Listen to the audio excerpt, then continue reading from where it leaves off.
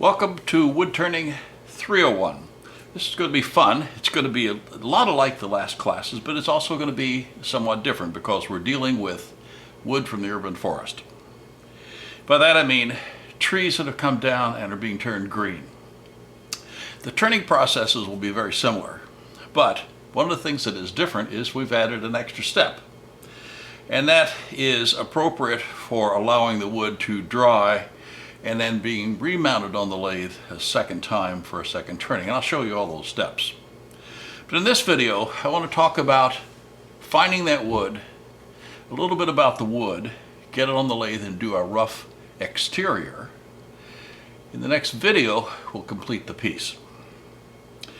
What I have here in front of me is a piece of tree, just a branch. Out of that, I need to make a bowl blank. And one of the things I need to do is be able to identify where is the best way to cut it. Obviously, we're going to cut this log to some length. Typically, I cut them about 20% longer than they are around. Purpose of which is to allow a little bit of trimming on either end if there's some splitting due to rapid drying at the very end. But then that piece has to be cut into a half log or a bowl blank like this. The question is, where in this piece of wood do I make that cut? Well, if we look straight down on this thing, first thing we'll identify, and I hope the growth rings on this show up fairly well, but the pith definitely does. This is the center of the tree, believe it or not. So the tree has grown at such an angle with such wind pressure and gravity and so on that cause this not to grow perfectly straight. And that's like most trees. So if I cut this, I can end up with a bowl blank any way I want. But if I cut it, let's say, right here, I'm going to have a portion of the tree with very close growth rings here and much more broad growth rings over here. So as it dries, it's going to deform and twist. It's also not balanced in terms of perspective. This is fairly round and this is a different curve over here. So what I typically do is to take and lay a ruler on the blank or a yardstick through the pith, and I rotate it around until I find what looks like a good balance. Well, obviously I just showed you this isn't, but maybe someplace, well, this is fat here and this is a different slope. It's pretty hard to find where I'm going to get a good blank out of this piece of wood.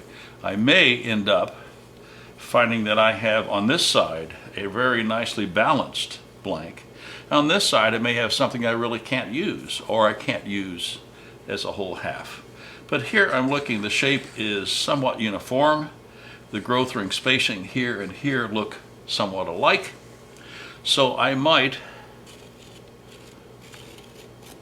make my initial cut right there using this half. And perhaps in this piece over here I may have to make an additional cut. I may not get much out of it. So I've got one big blank and one small blank. That's the way trees grow. They don't have much options most times. So here's the blank I'm actually going to use. It has already been shaped like that. We found where the center is, and I've drilled my hole to allow me to use my screw chuck.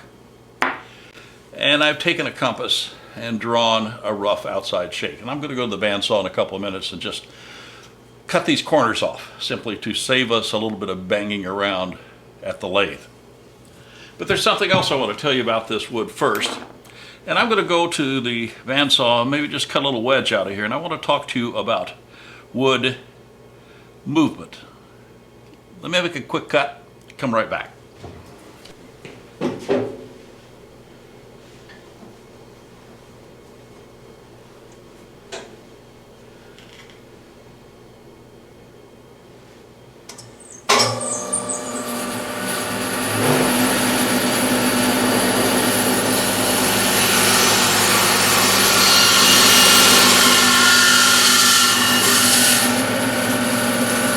That's what I wanted to do. I want to cut the little wedge here because I want to talk about how wood moves. I brought along my sample tree. This is soda straws.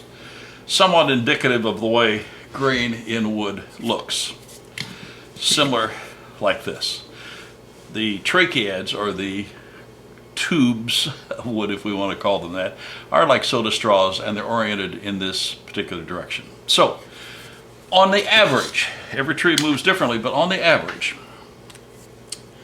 wood moves in 3 different directions. Number 1, this direction. And I'm going to call that roughly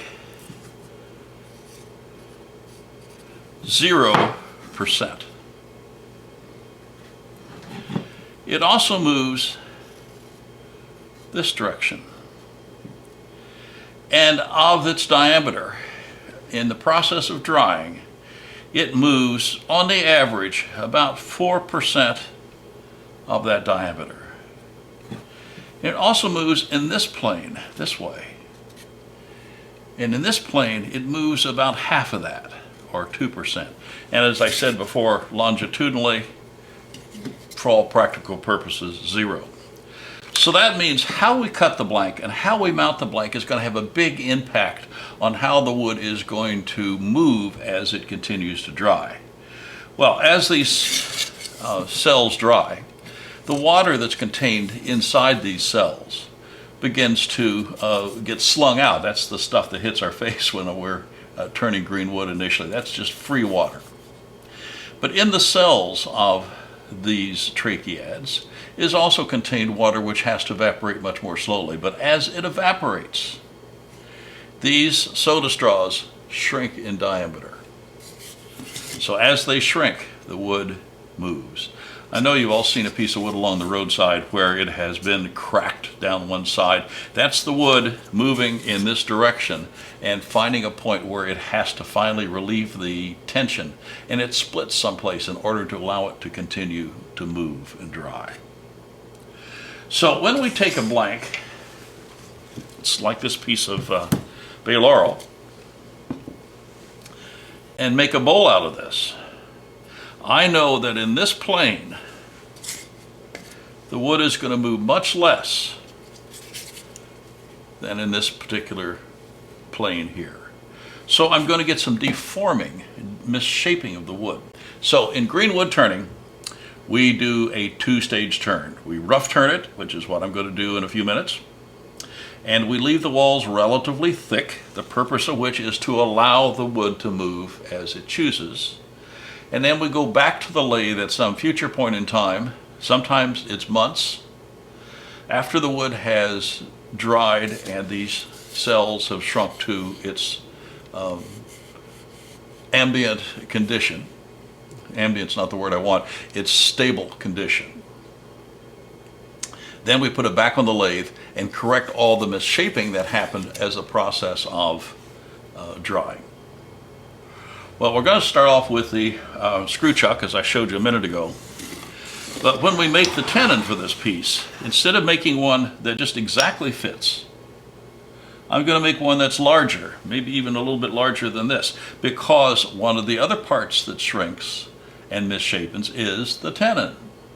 So I'm going to turn this piece of wood, allowing additional removal of wood on the tenon during the second stage also. So I may make it about that size. So I have already taken the blank I'm going to use, which is a piece of bay laurel.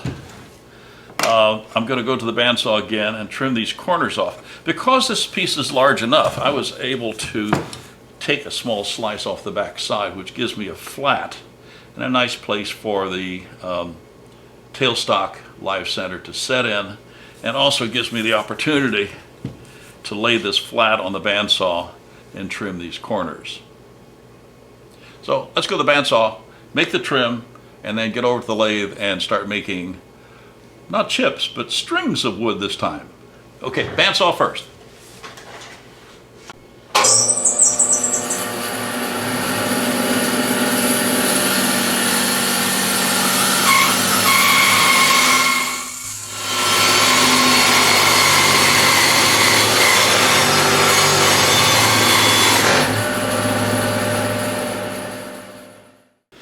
My tool rest is set at 45. I'm at 45.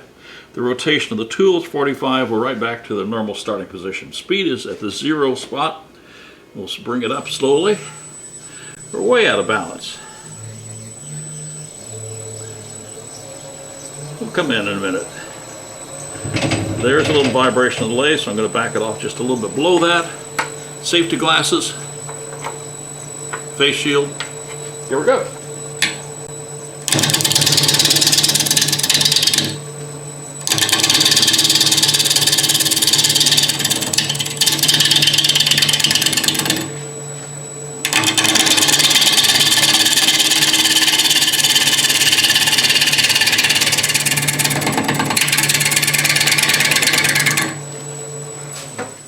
Okay, already I'm going to have to stop and move the tool rest in. That clearance was well over an inch as I trimmed these corners back. So we're still going to continue to bring the cut from here around this direction here. Back to work.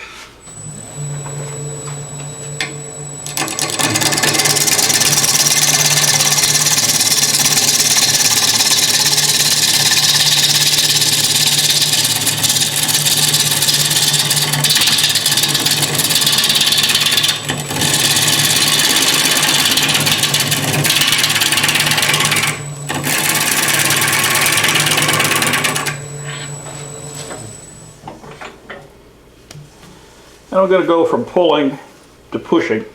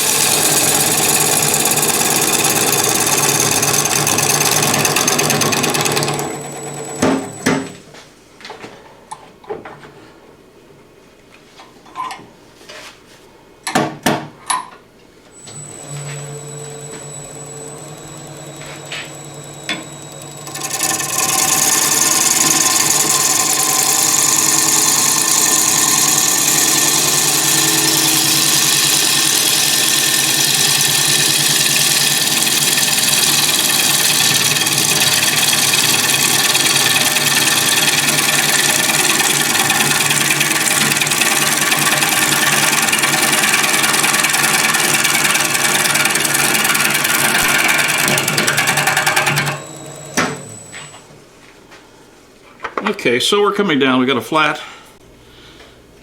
Now, looking at these flats, they're about equal size, which means the blank has been fairly well centered. The amount of bark on each side is, fairly well centered, but we'll come out with a nice shape here. So I'm going to bring that cut again from the bottom up. Remember, we're not coming in like this because that is catching these end grain fibers and we don't want to do that. Okay, here we go, one more cut.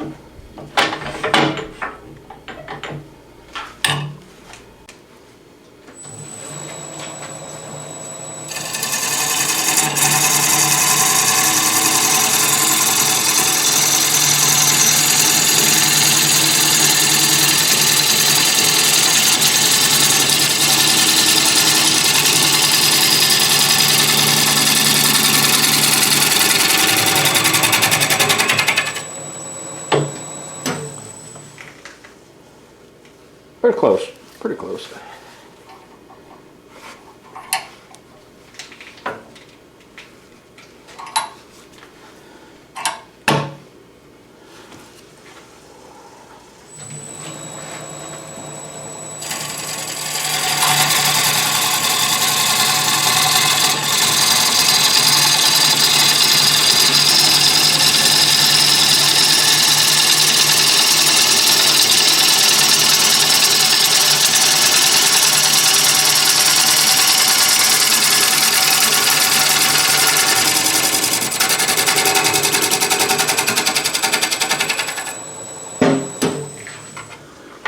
first beauties of turning green wood is getting these kind of things instead of chips and sawdust. So we've got the piece rounded up fairly well. The bottom needs to come in, and we need to create our bowl shape. I'm going to bring this down for my tenon first, which means I need to flatten this off and reduce it down in the proper diameter. So let me pull this tailstock back, and I'm going to remove this because it has always been a problem for me. I have a tendency to run into this with my elbow. There we go. So now we're going to just flatten off the back as we've done before. These cuts are all the same as you've already seen. So there's nothing new here other than the feel of working with green wood. The weight is higher, of course, because of the water. And this is not smell-o-vision, but I'm working with bay laurel, and it's very aromatic, very nice wood.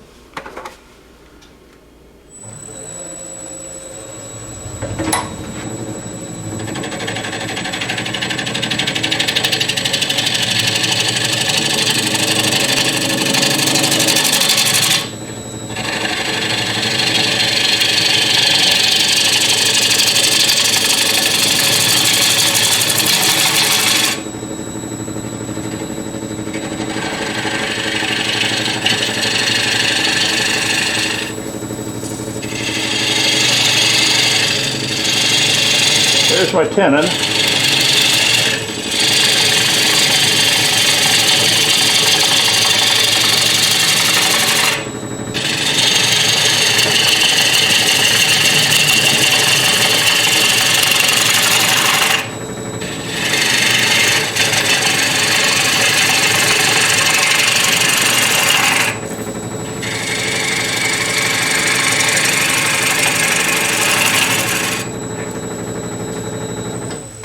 At least that's the location of the tenon. So let's suppose while we're still here, might as well finish that off. The difficulty is that I'm using a skew chisel, which has a different profile, so I'm going to have to readjust the tool rest.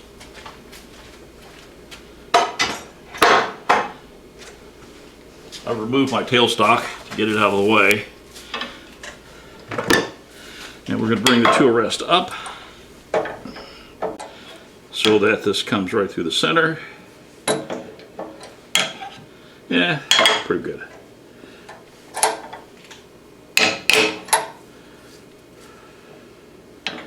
And it's a different skew, but it's all going to be pretty much the same. So straight down to give the straight shoulder, then bring it around flat to give the flat face on which the jaws will eventually rest.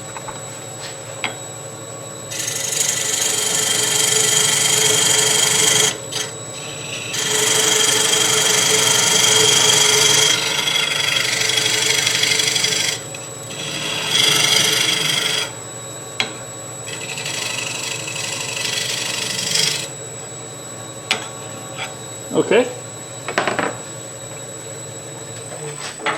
Now back to our bowl. This is all about shape now.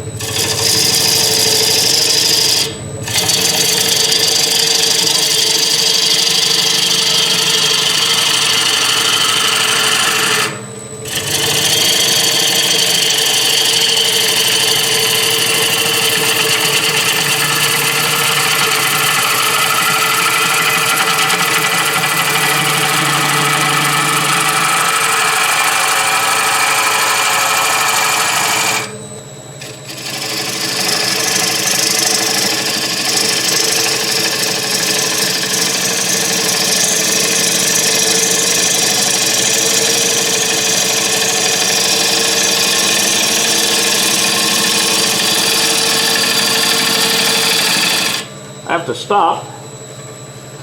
I have to move my feet. I need another stance.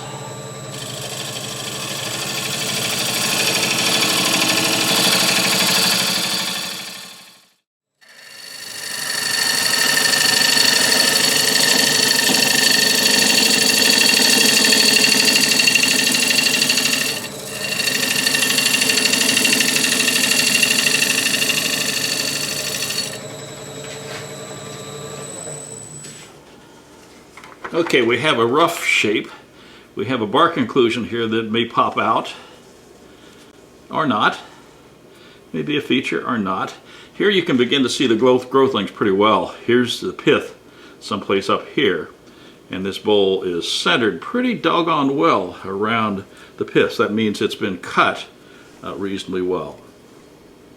Now, I don't need to finish it off. I am going to do a little shaping right down here at the foot just for a second. And then we're going to go to the next stage.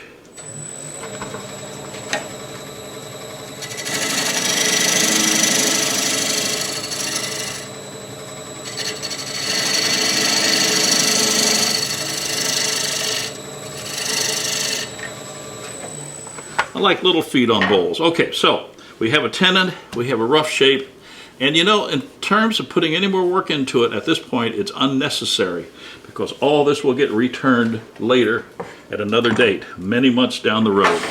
So we're going to take this off of the screw chuck here.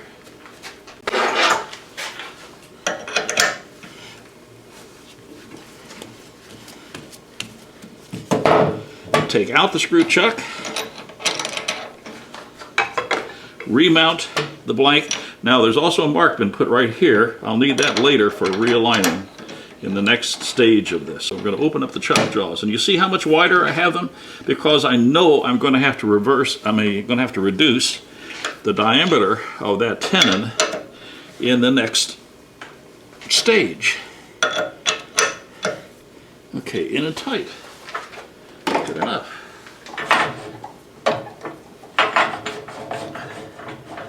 So first thing we need to do here is face this off.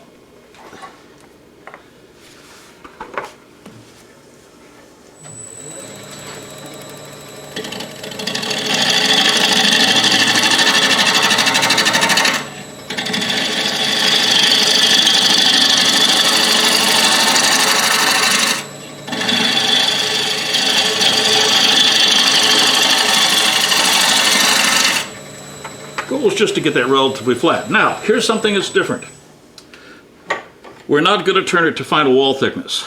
This bowl is about this big around. I need to keep approximately 1 inch.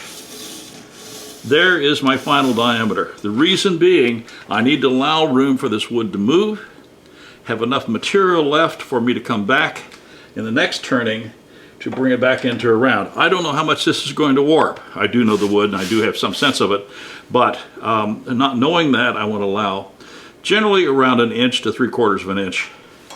So what I'm going to do is I'm going to make my bowl in here, keeping this wall thickness as uniform as I can down through and including the base area down here. I want it to dry uniformly. If it's thin here and thick here, this will dry rapidly, this will dry slowly. The difficulty then is we risk the possibility of some cracking due to that. Okay, little bowl making now.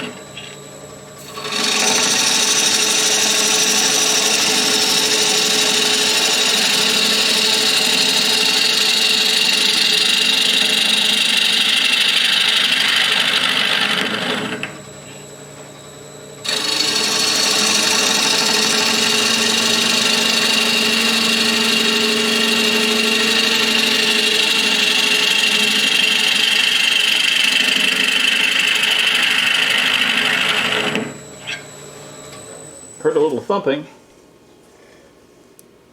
That's the start of that piece of wood coming through. Now, I'm going to work down just the first inch, like I did before, trying to match the outside curve here as best I can. Get that out of the way. I was running into it with my tool. So I'm going to come here, work out, down until I get to that area.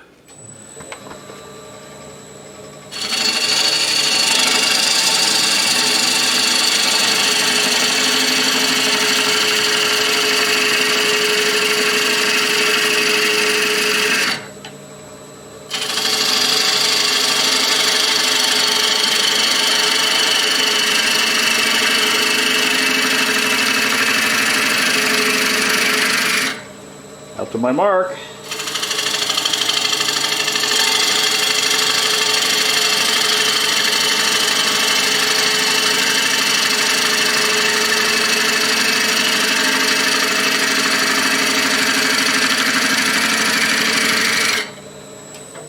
Well, let's see how we're doing. It's getting a little thicker at the base. That almost always happens for me, so it'll get caught on the next pass. So I'm going to take some more off.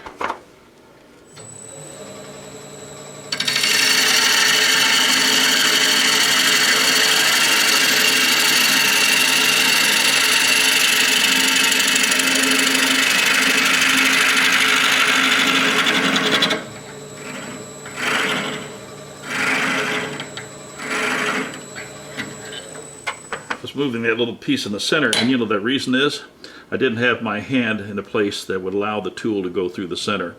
As a result, I probably went over by letting my hand drop. Then I had to come back and clean it up. So let's take a little bit more off.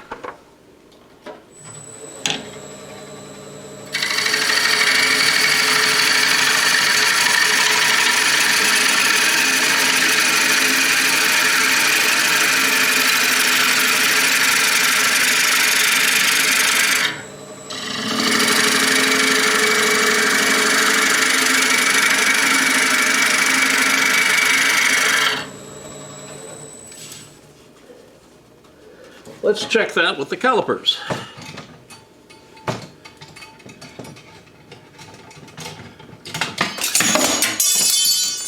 Use a different set this time.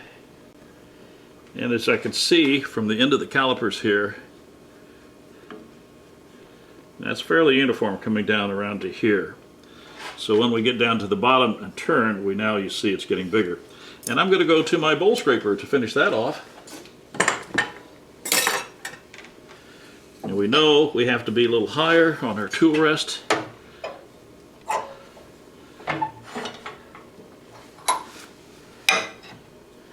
Well, that's plenty high. That'll work.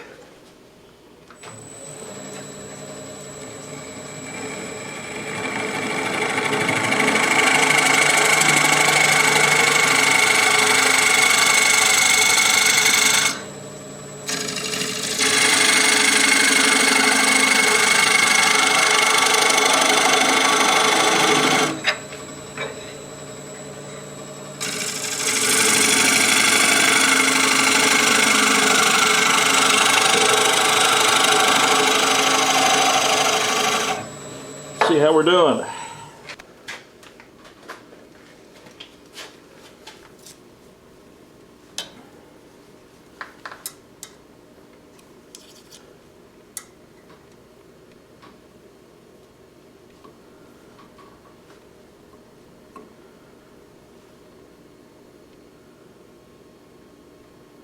It's getting thicker right there.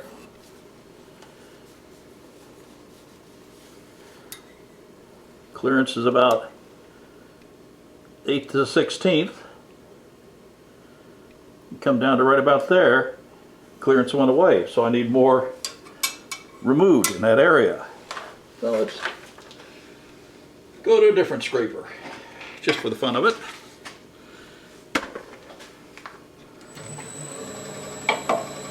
And we can get back down inside here.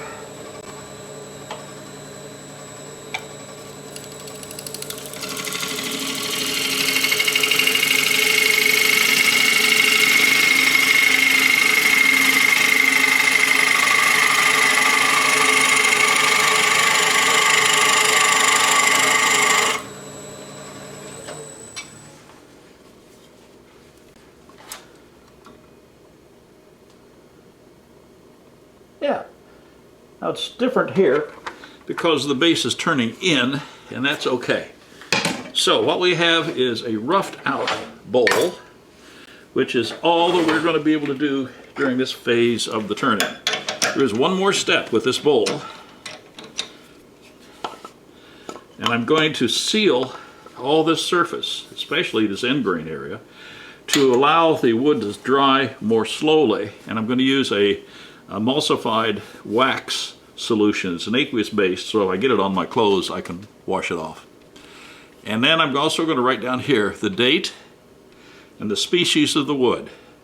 This is bay laurel, and I write the date down here also. So see you back over at the bench where I get out the sealer and the markers. Okay.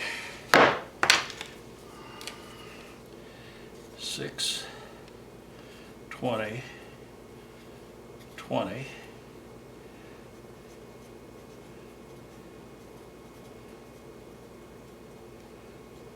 Labeled.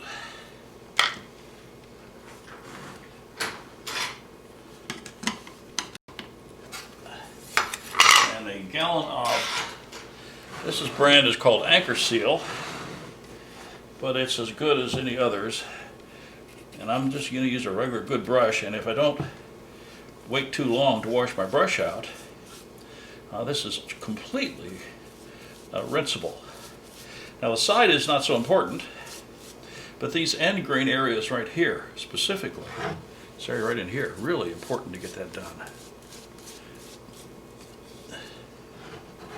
Side grain is not going to hurt it, so it's just easier to do the whole thing. Here's that end grain. Ends of those soda straws are going to bleed out the moisture much more rapidly than the sides of the soda straws. So what we want to do is seal that as best we possibly can. I'm going to seal the tenon also while I'm at it.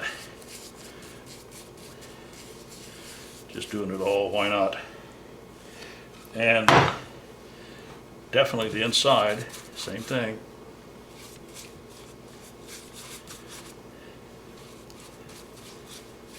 And I'm just going to let it sit here on the bench for a couple hours. This will dry, and after it's dry, what I'm going to do is put it in a brown paper bag, which will allow the moisture to evaporate more slowly.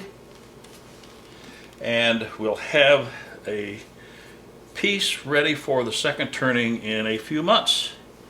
So, green wood turning, phase 1, rough it out, allow it to dry, and we'll come back in the next video and do phase 2, which will be completing this project. Well, it won't be the same bowl, but it'll be the same idea. So I'll see you in the next video where we complete the project.